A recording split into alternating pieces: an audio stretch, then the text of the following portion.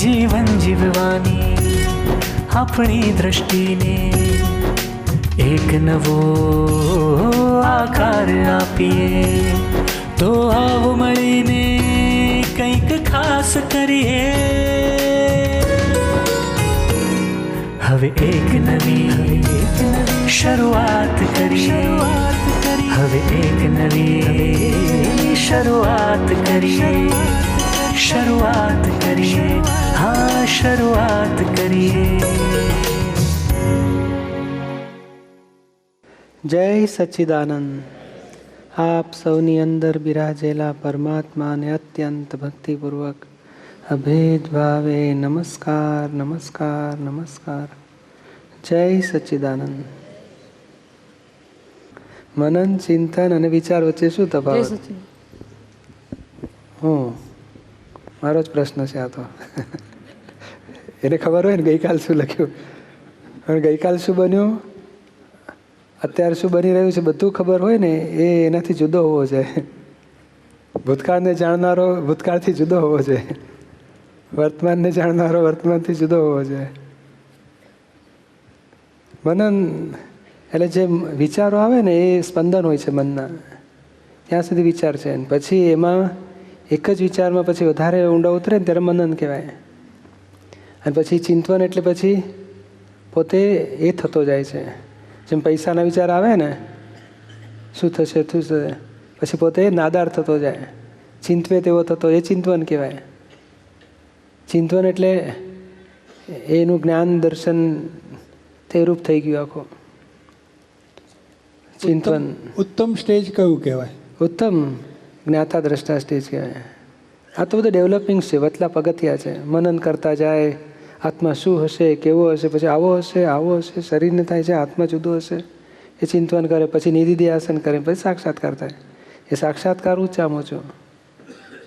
સાક્ષાત્કાર થયા પછી પોતે તે રૂપ થઈને જ્ઞાતા દ્રષ્ટા રહે, છેલ્લામાં છેલ્લો. આ તો બધા ક્રમિક માર્ગના સ્ટેશનો છે. હવે આપણે વિચાર નિચિંતવન રહ્યું નહીં, મનન રહ્યું નહીં, સંભાવે નિકાલ કરવાનું રહ્યું. સમજાયું ને? અને આ મુખ્ય 3 લાલબત્તી દાદાએ ધરી છે: માંસાહાર, પરસ્ત્રી અને દારૂ. હા, આમાં આપણે શું છે, કોકની વાતને કરવાનો અર્થ નહીં. એવું થયું કે ફાઇલ 3 એટલે ફોરેનવાળા બિચારા કહેશે પરદેશમાં ઠંડા પ્રદેશમાં દારૂ પીએ, જેના મા બાપ માંસાહાર ખાતા હોય તેને છૂટ આપેલી.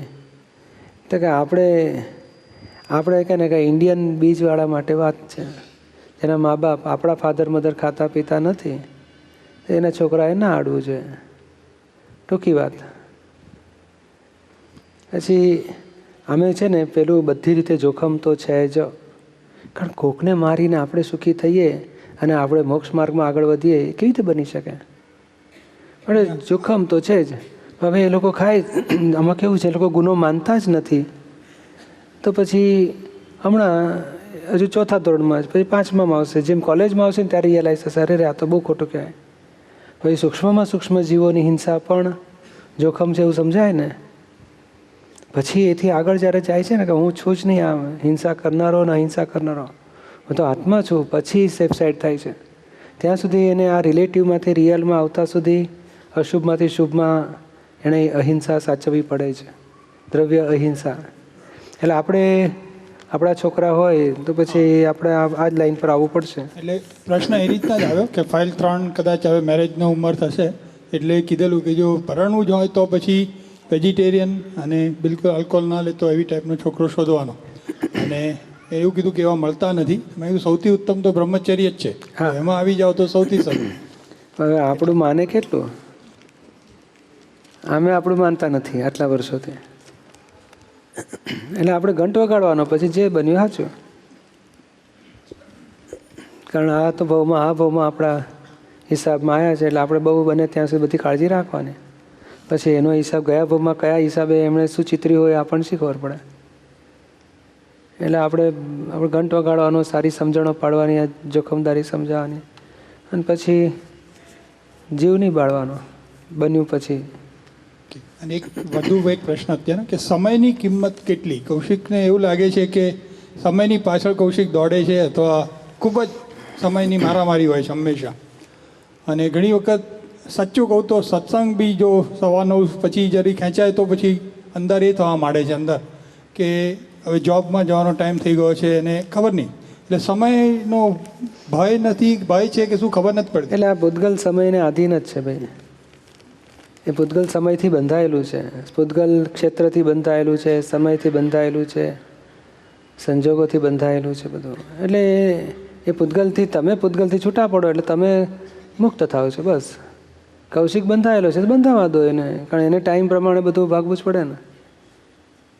અરે હમણાં ટાઈમ થશે વાળ કપાવા બેસી જશો કે સર દાઢી કરવાની થઈ ગઈ, બધું ટાઈમ પ્રમાણે. આ પુરાણમાંથી ગલન થવાનો કાળ હોય છે અને એક ક્ષેત્રમાં એ ગલન થવાનો હિસાબ હોય છે. તો એ ક્ષેત્રકાળથી પૂતગલ બંધાયેલું છે એ પ્રમાણે બન્યા વગર રહેશે નહીં.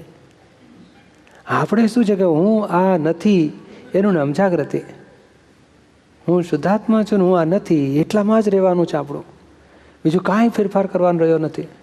આ વખતે વ્યવસ્થિત શક્તિ યાદ રાખીએ છીએ તો એ બરાબર. હા, એ વ્યવસ્થિત એટલે શું? કાળ, ક્ષેત્ર, સંજોગ, પૂર્વકર્મ બધું ભેગું મળીને જે પરિણામ આવે કયા એવિડન્સને ગુનેગાર કહીશું? તો કે નો result of scientific circumstantial evidence. એટલે બન્યું એ વ્યવસ્થિત, વ્યવસ્થિત જ કહેવાય. બરોબર છે. હા દીપકભાઈ, આપણે એક્ઝેક્ટલી સિન્સિયરિટી એટલે કઈ રીતના કહી શકાય? તમને કીધું હતું ને દાદાએ કે તારામાં સિન્સિયરિટી છે, બીજું કાંઈ નથી. તો એ સિન્સિયરિટી એટલે કઈ શું કહેવાય? સિન્સિયરિટી એટલે નિષ્ઠા કે છે, નિષ્ઠા, વળગી રહેવું. એક ધ્યેય પકડ્યો એને વળગી રહેવું. સિન્સિયરલી એટલે શું? નિષ્ઠા, એક નિષ્ઠાપૂર્વક એની આરાધના કરવી, એક નિષ્ઠાપૂર્વક એની એમાં પોલ નહીં મારવાની. એ પોલ મારવી એ સિન્સિયરિટીની વિરુદ્ધ છે.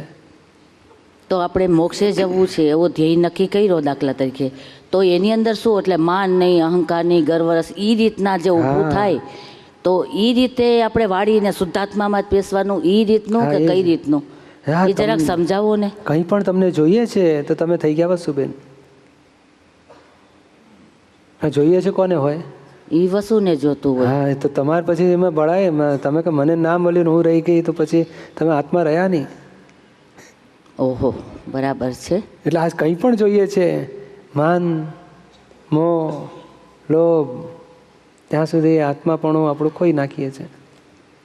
તો આપણે આત્મા રહેવું હોય તો કંઈ જ જોઈશું શુદ્ધાત્માનું, કેવળ શુદ્ધાત્મા અનુભવ સિવાય આ જગતની કોઈ વિનાશી ચીજ જોઈતી નથી જ. એવું આપણી પ્રતીતિમાં બેઠું છે. હવે જાગૃતિમાં રહેવું જોઈએ, અનુભવની કક્ષા સુધી લઈ જવું જોઈએ. અને પહેલાં આપણે 4 સ્ટેપ કહીએ છીએ ને કે સિગરેટ પીવી એ ખોટી છે. કઈ રીતે ખોટી છે? જેટલી પીવાય એટલી વાર પસ્તાવો લો, એનું ઉપરાણું ના લો.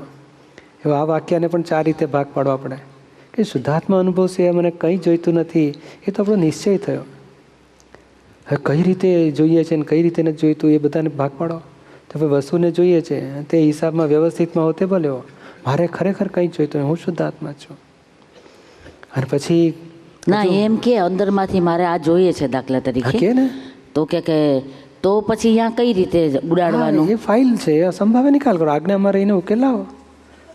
અને ધ્યેયને બાધક થતું હોય કે હવે આ ઉંમરે મારું કોણ કે છે, છોકરા કોઈ રહ્યા નહીં, આ માણસ સારા છે, મને કેટલું સાચવે છે, મારી સાથે રહેતો, તો એ આ ધ્યેયથી વિરુદ્ધ થયું, નહીં ચાલે અહીંયા.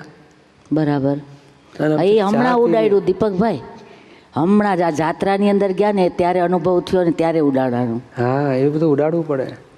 એને મેં ચા પીવી છે ને થોડોક નાસ્તો કરો તો કે ખાઓ, વાંધો નહીં. હા, એ ચામાં કંઈ મોક્ષને નડે એવું નથી આપણું. કોઈની હૂંફ જેવા જાય તો કે ઉભા રહો, પાછા ફરો. અથવા કે આ છોકરો કંઈ ધ્યાન રાખતો નથી, મારા પૈસાનું શું થશે, તો કે આ પાછું ધ્યેયની વિરુદ્ધ ચાલ્યા, બહાર નીકળો. એટલે આવું બધું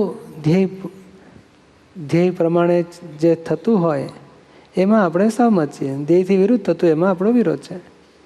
આ વસ્તુને પણ જોઈએ છે કે નથી જોઈતું એમાં જાગૃતિ રાખવાની છે. એટલે સંપૂર્ણ જાગૃતિ ઉપર જ રાખવી પડે ને તો? હા, હું ઉપર તો રાખવી જ પડે ને, કારણ એની માન્યતા ઊંધી પડી તો સંસાર ઊભો થયો. એની માન્યતા છતી કરાવીએ તો આપણો મોક્ષ થાય, એ છૂટો. એટલે માન્યતા હુંની જ પર જાગૃતિ રાખવાની. પણ હુંની ઉપર જાગૃતિ, કારણ જો 11 નંબરના ચેસમાં જડે કેવી રીતે હું, એટલે આપણે આ દેખાય છે ને, આ મારી દીકરી થાય, આ મારી દીકરીની દીકરો છે, હા મોટો, કેવું આંખે દેખાય છે ને, હા તો કે એની ઉપરથી આપણે દેખાય એની ઉપરથી રાગ દ્વેષ પકડો, એટલા ચોખ્ખા થશે ને તોય અંદરનું ચોખ્ખું થશે, પડળો ઓછા થશે. એટલે આ સ્થૂળ વ્યવહાર ઉપરથી પકડવાનું. કોઈને દુઃખ થયું બને છે, કોઈને દબડાવીએ છીએ, કોઈની જોડે અકળામણ થાય છે, ઉણોદરી પહોંચો ને પેલા બેને આગળ કરી નાખ્યું ને એટલે થાય બતાવી નાખ્યું તમે, મારી કોઈ જરૂર ના રહી તમને. એટલે મનમાં જ પછી બોલે મારી જરૂર જ ના રહી તો પછી મને બોલાવીશું કામ, પતાવી દેવું હતું ને તમારે. પછી કે સારું સારું થઈ ગયું ને બધું થઈ ગયું ને. એટલે અંદર અકળામણ ચાલુ થઈ, આપણા ફ્રીજમાંથી ગુલાબજાંબુ ખાઈ ગયા કે છે. એટલે એવી અકળામણ શરૂ થાય. પછી કે છે બધું વ્યવસ્થિત જ છે ને, આ તો બધો હિસાબ છે પાપ પુણ્યનો કે છે. એટલે પણ અંદર તો પછી ચચરાટ ચાલુ હોય.